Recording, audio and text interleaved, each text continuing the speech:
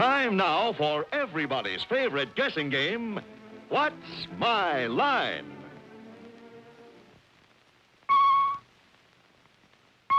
Throughout the world, only one company produces all types of business machines and systems, Remington Rand, who now invite you to play What's My Line?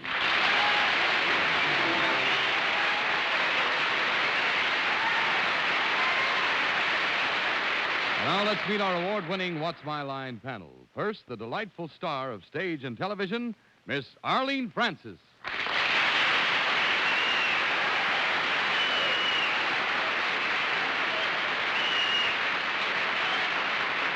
And now a gentleman who only sees people on Sunday night because he's locked in a cell all week long writing his autobiography, Mr. Fred Allen.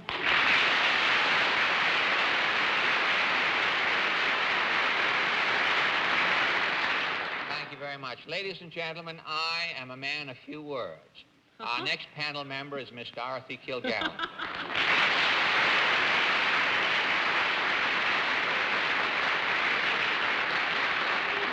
Thank you, and I would like to present our next panel member, whose marvelous landmark books are being put into a series by Goodson and Todman, a CBS series of television shows, Mr. Bennett, Cerf.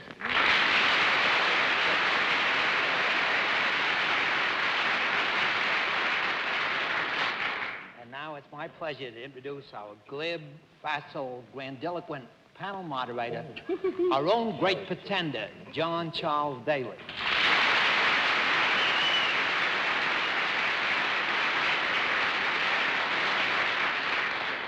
Good evening, ladies and gentlemen. And because I'm so fond of the panel, all of whom are not my relatives by marriage, please put your blindfolds on, panel. Oh. Say, last week, John, the sponsor was on. Does the other sponsor get equal time, the Remington people? We have to look at the law first, Fred. Really? You never can tell. It might happen tonight. Actually, we're up to our usual tricks with a few modifications. And again, I would tell the panel we've asked you to put on the blindfolds because there might be some factor of costuming or appearance or handwriting that would give you a little bit too much information. Later on, we'll have a famous guest challenger before the panel, but right now I think it's time to expose our experts to the first great task of the evening. The blindfolds are all in place, are they, panel? Yes, sir. Good. Will you come in and sign in, please?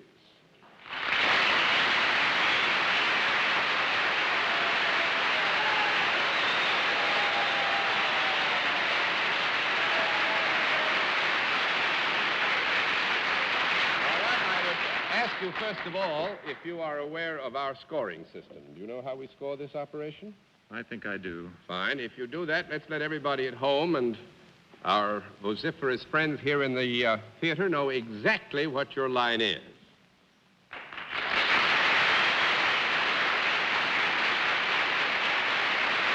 All right. Panel, only because both our guest and I want to be as helpful as we possibly can, I will tell you that our guest is salaried, and we'll begin the general questioning with Miss Kilgallen. Oh. Are you a living American man? Yes? Do you have any reason to think that if I took off my blindfold, I would recognize you? You might. Do you work for a non-profit-making organization? Yes? Have you ever written a book? Yes? Oh, I'm probably so thousands of miles wrong. Is your book a work of nonfiction? Yes?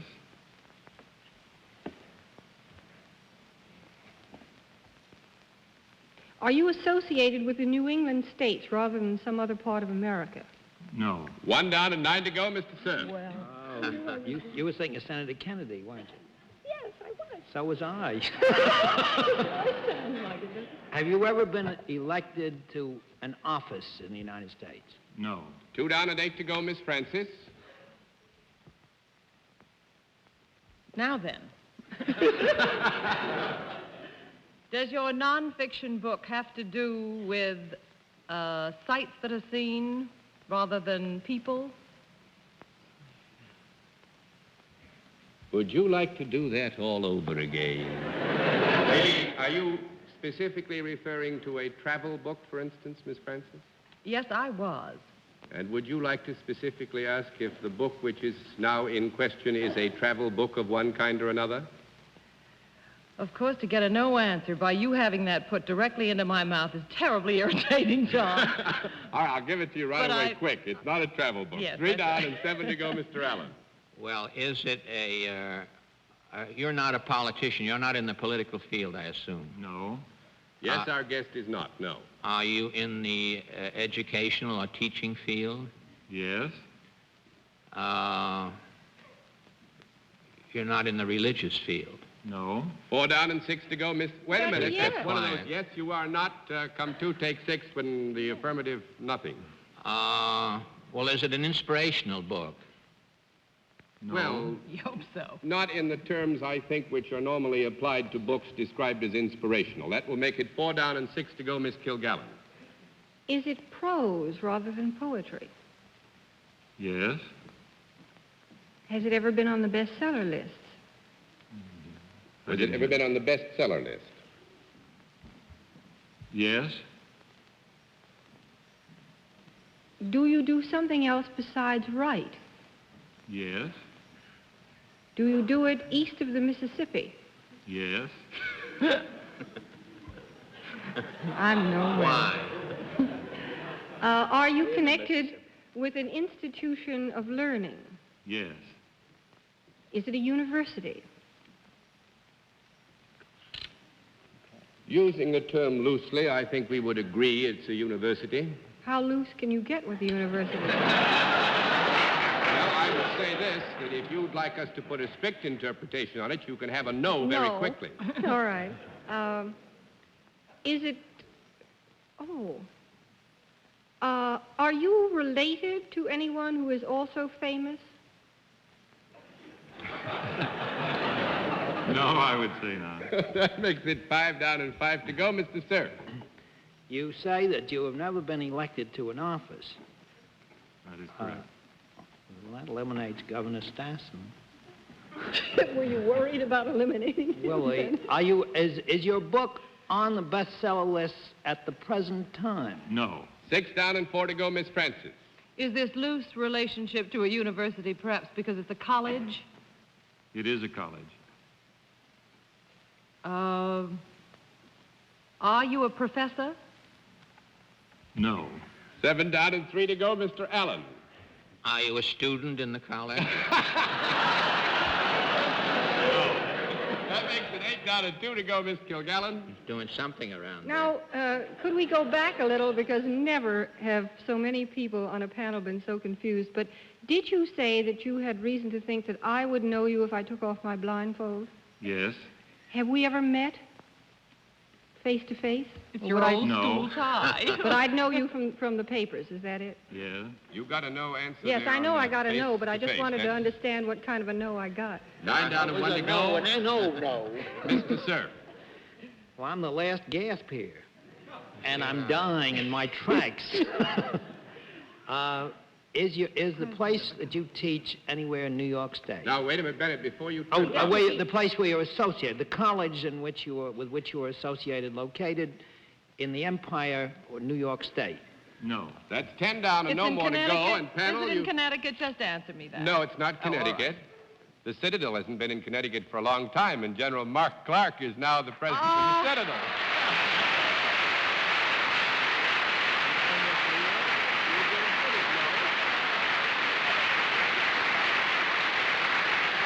No, actually, the general asked if he had misled you, and I said not at all. It was just happy circumstance that got them, shall I say, to forget to question about the military side. They'd have gotten it very quickly then. Well, who started it with the colleges? Bennett did, didn't he? No, I did not. Didn't you? Oh, we got on We did. We said it was a college. Actually, I'm a bit disappointed because I was with General Clark's command once and had his censors over me. I was hoping to censor some of his answers, and I didn't get a chance tonight.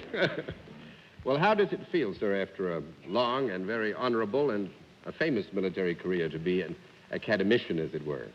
Well, it seems fine working with those fine young men that I have down there at the Citadel. There's never a dull moment, but the problems aren't quite as big as Salerno and Anzio and Korea, but they loom big. How does it equate, this business between handling a bunch of young men in a college and a few American divisions overseas? Well, it's pretty much down the same line. You've got to keep pretty much ahead of these young fellows, and you've got to answer their legitimate questions. They want to know the whys of everything, just like soldiers in combat, and once you answer them, why, they make pretty good students or pretty good soldiers. Oh, that's a wonderful answer. General, hasn't your wife just done an article in the Woman's Home Companion? Yes, she has. I was hoping you would ask that. Actually, this academic life is rubbing off on the Clark family, if I may say so. I saw the magazine on the stand, sir. Captain's Bride, General's Lady, I believe is the name. Yes, that is correct. She's written a book and is appearing serially now in the Woman's Home Companion. And I'm getting a big kick out of it because I'm the censor. I'm making sure that she doesn't tell all she knows about me. General Clark, I wonder if it's anything like the situation in our family. She gets the royalties and you pay the tax. Is that right? Yes, that's about it. I had an amusing incident as I came out of the hotel this evening. Someone looked at me and looked again. This lady said, "I know you. I'm sure I've seen you. Who are you?" And I said, "Well, actually, I am the husband of a very famous authoress." That's wonderful, sir. Well, actually, I know, General, that there's a very good reason why you're in New York tonight, and I think perhaps it's a point that you should talk about. You've been the font of the Drive for the Heart Fund for 3 years, I believe now, haven't you? Yes, I have, John. I'm the national campaign chairman for the American Heart Association for the 3rd year. It's very dear to my heart. And next Sunday is Heart Sunday, when hundreds of thousands of Americans will be tapping on the doors of their neighbors in an effort to raise funds to help fight against this greatest killer of all, heart disease. And I hope all Americans will contribute just as generously as they possibly can. For remember, when you help your heart fund, you help your heart. Well, under your leadership, they can't help but do that, sir. Thank you. It's very nice to have had you with us. Will you say goodnight to the panel?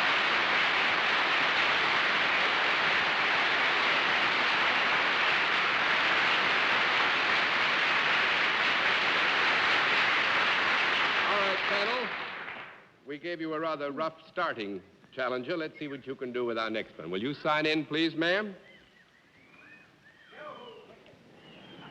It's cricket. Spring is early this year. Dorothy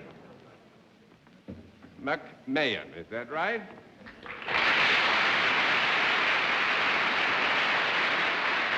Will you tell us, is it Miss or Mrs.? Miss. Miss McMahon, and where are you from? Portland, Oregon. Portland, Oregon. Well, it's nice to have somebody come that far. And I know that you're tired, and we're a little short of time, so you just look at the panel, and then you come with me, will you, please? And you sit right over here.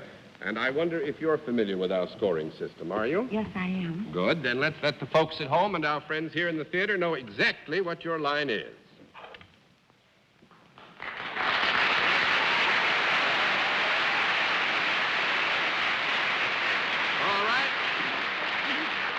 Miss McMahon is self-employed. With that, we'll begin the general questioning with Fred Allen. John, do you think that ignorance is happiness in the raw? As far as I'm concerned. Miss McMahon, do you deal in services? Yes.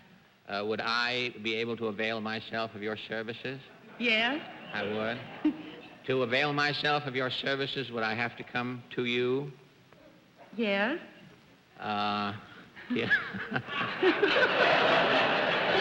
That, not all the way out to Oregon, I hope. Yes. Really? Well, I'm married to Portland, you know. Portland was started. But it does, and I didn't marry the city. I married Portland Hoffer. But it won't help me with this question, I'm sure. Do you, in the process do you have an office? Do you work in an office? Do you have an office? Yes. Yes, there's an office that I think we could consider so integral a part of the whole operation that we could properly describe it as being Miss McMahon's office. I would hope so. I'd hate to think of her standing out in the hall in some building, John. Do you wear something other than what you have on at the present time? Yes. You do? Yes. You wear some sort of a uniform? No. Oh, it's not a uniform. No, it's not a uniform. That's 1 down and 9 to go, Miss Kilgallen. I've been wrong before, John. It doesn't bother me. Excuse me, John, I'm just broken up by Fred's idea of office attire in the daytime, that's all. You Why do not work... a nurse or something? You could have an impractical nurse would probably have a... Miss McMahon, do you work indoors more often than out of doors? Have we established that? Indoors, yes. Do both men and women come to you for your services? No. That's 2 down and 8 to go, Mr. Cerf. Well, Miss McMahon, then, if Fred can avail himself of your services, it must be men that you deal with. Yes. Thank you, Bennett. Well, I thought I'd give you a break there, Fred. Very flattering. Miss McMahon, these gentlemen who visit you, do they come into any kind of physical contact with you? No. 3 down and 7 to go, Miss Francis. That's tough, Miss McMahon. For the customers. When they come to see you, do you advise them in any way? No. No, I don't think we could call this advice. 4 Maybe down they and advise her. 4 down and 6 to go, Mr. Allen. Do you touch them? Do you put your hands on them in any... No. Oh, you did? 5 down and 5 to go, Miss That's what I Kilgallen. meant by physical contact, Fred. Oh, I didn't understand it. I thought you bumped people or butted them or something. Miss McMahon, is it possible that any of the gentlemen who come to you do so involuntarily? Involuntarily? No.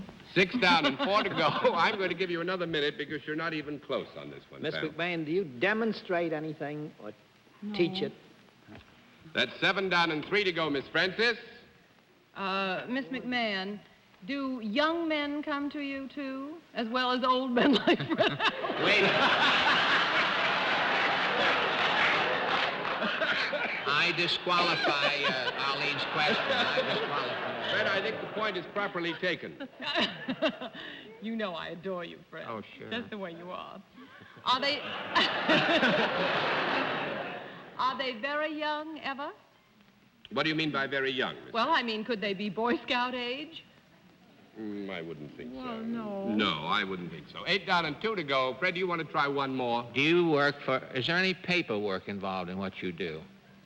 A certain amount of Make it- Well, a little. Yeah. Some. Do you work for a profit-making organization? Yes. You do. Is it your company? It's my business. Do you improve the people in any way?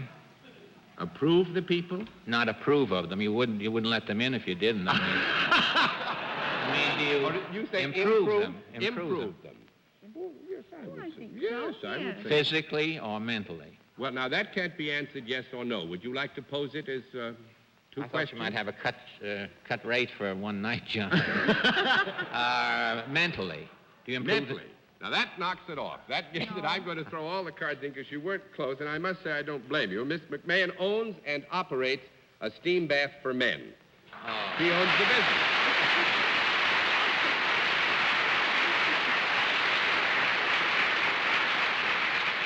I must say that there's something I think it would tickle you because Not the steam. in the early days when they first opened up, Miss McMahon's business had a sign outside and it said, a $1 bath for 25 cents.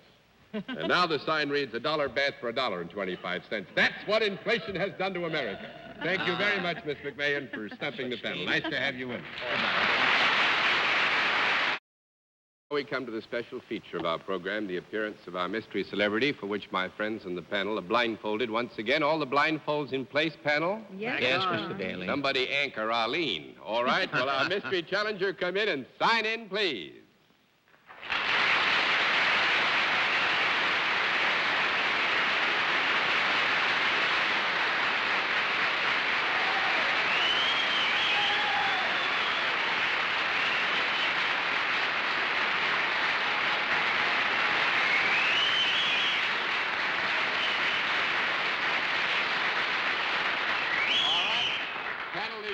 In the case of our mystery challenger, we go to a different form of questioning. You ask one question at a time in turn, moving clockwise, and we'll begin it all with Arlene Francis. Has your name ever been on a marquee? That That's, yes. Mr. Allen. Oh. Are you known in show business? That's yes, too. Miss Kilgallen. Are you in any way connected with music, as a singer or as a performer on a musical instrument? That's 1 down, 9 to go, Mr. Cerf. Either there's an echo in this theater or there are two people answering this. Are there two of you here? That's yes. Miss Francis. There are two here. Yes. Mm-hmm. Is it a man and a woman? That's no. That's What? 2 down and 8 to go, Mr. Allen. Is it not? It's not a man and a woman. Is that true? That it has been determined that it is not a man and a woman. That's right. Then it must be two men. That's right, Mr. Allen. Yeah, that's This right. is quite a deduction, isn't it? Yeah, wonderful. You're in there tonight, Miss Kilgallen. Are you, in any sense, comedians? That's no. That's 3 down and 7 to go, Mr. Cerf. I think I recognize those ers and ahs. They're two old friends of mine who have a monopoly on the musical comedy business in America. Is that fairly correct? Have a monopoly on Well, what, they're close Bennett? to a monopoly in writing the most successful musical shows of the last 10 years. Well, I would say this, that I think it would be completely fair to say that our guests do have a relationship to the musical comedy field and that they have achieved some measure of success. Yes, Miss Francis? Well, the first names that come to my mind are Rodgers and Hammerstein.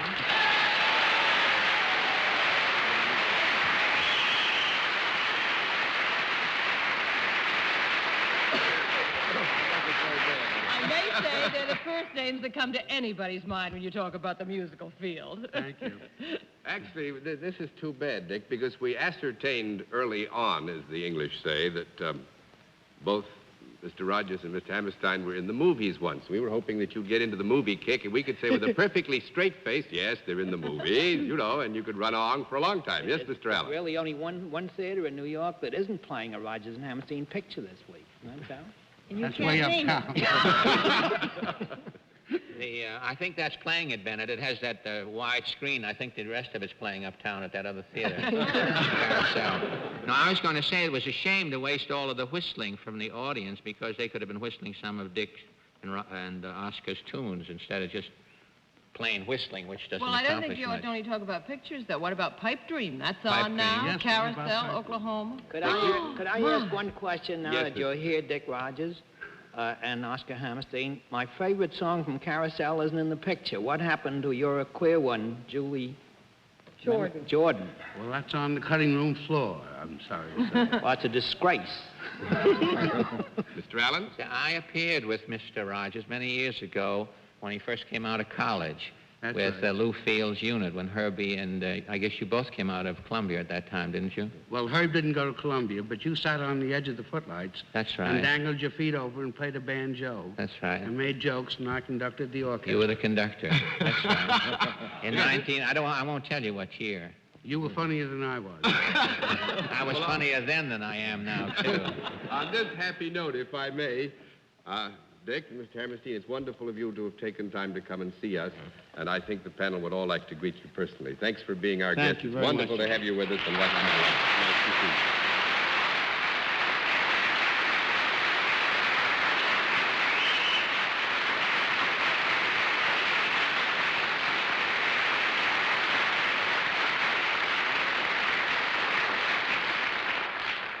They're rather a wonderful pair, considering the cultural achievements of contemporary America. You heard a good many of the shows that they played so important a part in.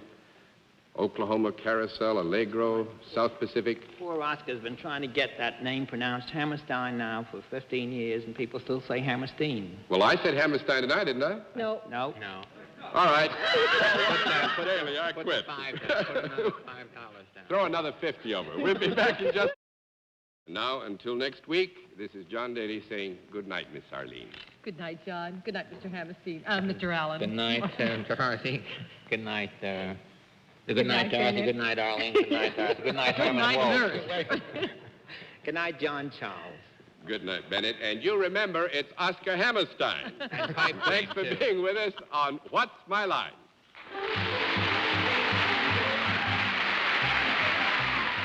Travel arrangements on What's My Line are made through American Airlines. American Airlines flies our contestants in luxurious comfort aboard DC-7 flagships. This has been a Mark Goodson, Bill Todman production. In association with the CBS Television Network. Be sure to watch Remington Rand's other program, Caesar's Hour, Monday nights on another network.